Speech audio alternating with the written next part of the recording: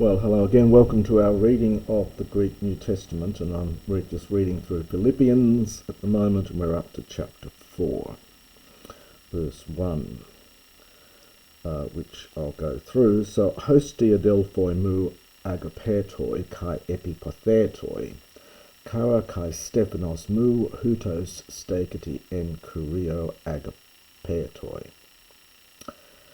So that my brethren who are beloved, and epipathetoi is a fairly rare word. It's only here in the New Testament. It means much desired, much longed for.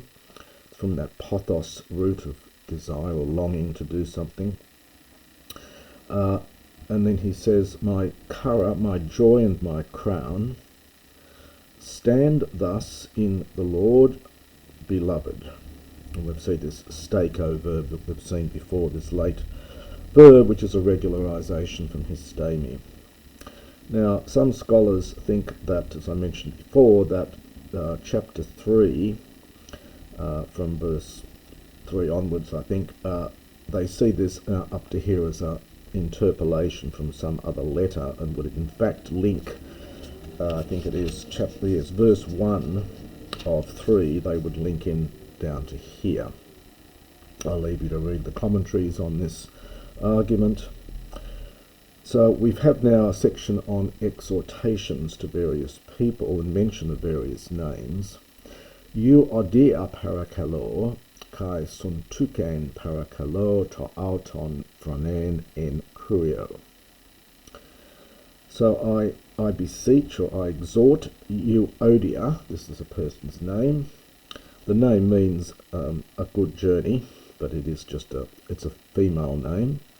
So I exhort you, Odia, and he repeats the verb, I exhort Syntyche, to think to auto the same thing in the Lord. Now obviously these two women were not getting on with each other, they were having some sort of difference of opinion, and he exhorts them to think the same thing. Nai eroto kai se genesie tsutsuge sulembano autais haitines ento euangelio sun ethlesa moi meta kai clementos kai ton loipon sun egon mu honta onomata in biblo so es. So nai is a word meaning yes.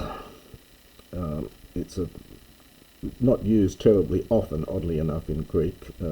In modern Greek it is, but in classical Greek, nai meaning yes is not that common. They generally used other periphrases, such as malista or something. But here it's just yes, and I ask you also. Now, there's great debate about this here. This may be a name, that is, the editor has put a small sigma, but some scholars think it's probably a capital sigma here. Genesios means, in classical Greek, it means genuine or true, often in terms of coins, of being not counterfeit, but genuine. It has probably in later Greek more of the sense of trusted, and tsutsuge literally means yoke fellow. So, but it may be a name, and so Paul may be punning on the name of a person, much as he did with Onesimus in one of the other epistles, the epistle to Philemon. Onesimus was someone's name, but it also means someone of value or use. So it may be a pun here, and it may be a name, but synsigos, a person's name. There's no such person known elsewhere, and there have been numerous guesses about what this might be. And the name is not elsewhere attested in antiquity, so this remains a bit of a mystery.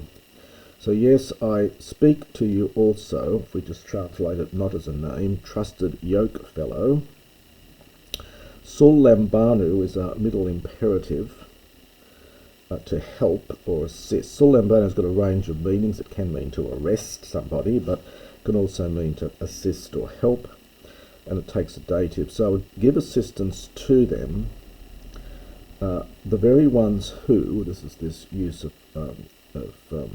hygienic, and it's feminine, the very ones who, this is from Sun Athlio, again he's using this metaphor of competition, of running competitions and so on.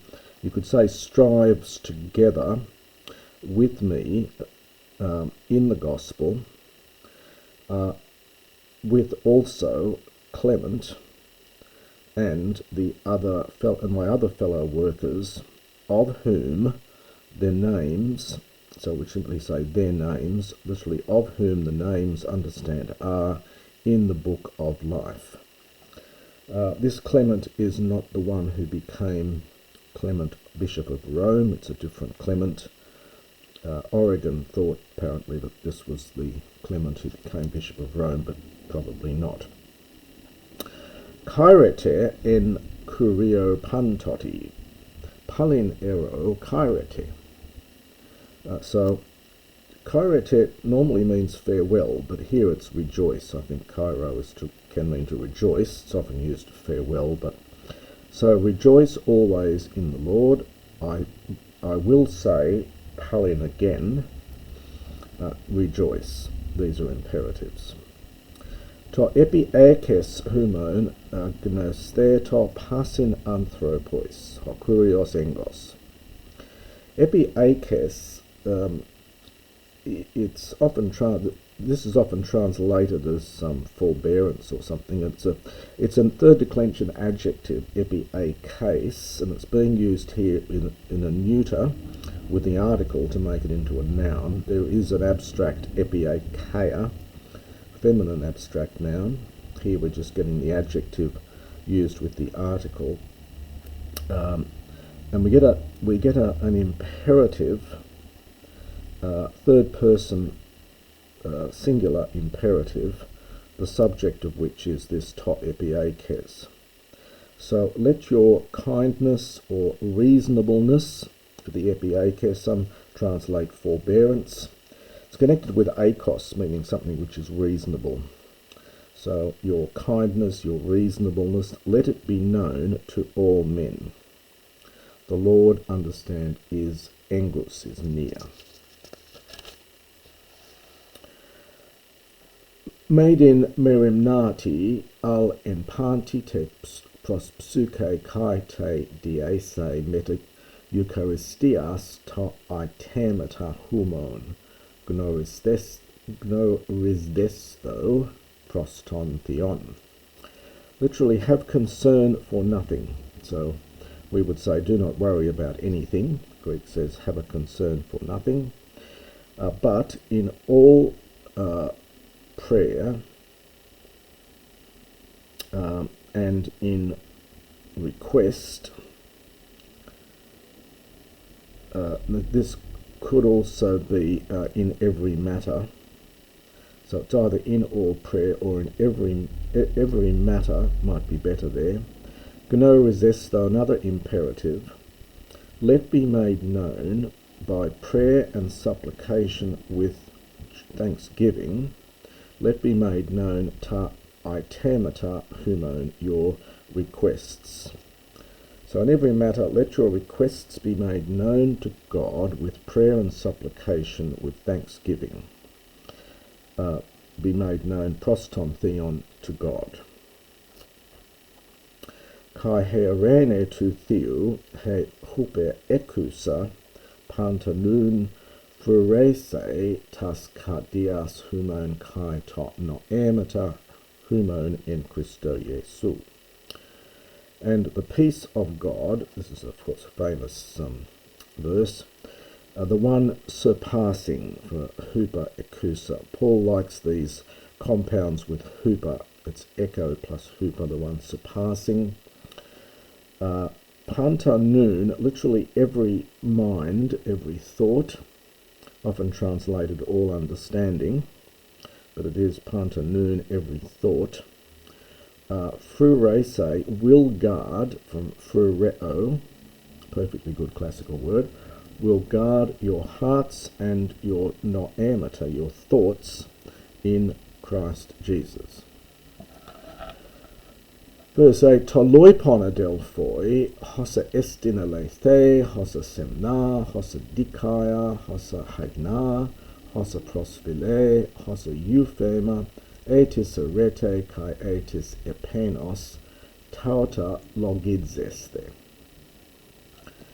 And in regards to everything else, this is adverbial here, so in regards to the rest, or perhaps in the future, in what remains, brethren, hossa, as many things as, neuter plural singular verb, as many things as are aleithe, true, as many things as are semna.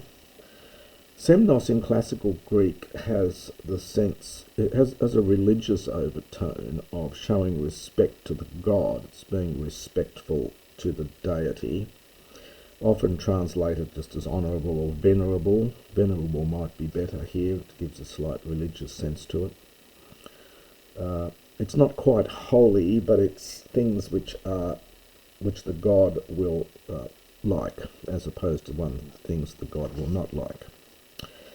As many things as are just, as many things as are hagna, pure, as many things as are prosphile, only here in the New Testament, but it's a perfectly good word meaning pleasing or amiable.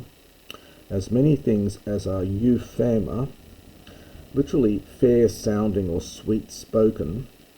In classical Greek, the word had the sense of auspicious, as opposed to its opposite dysphema, which is inauspicious.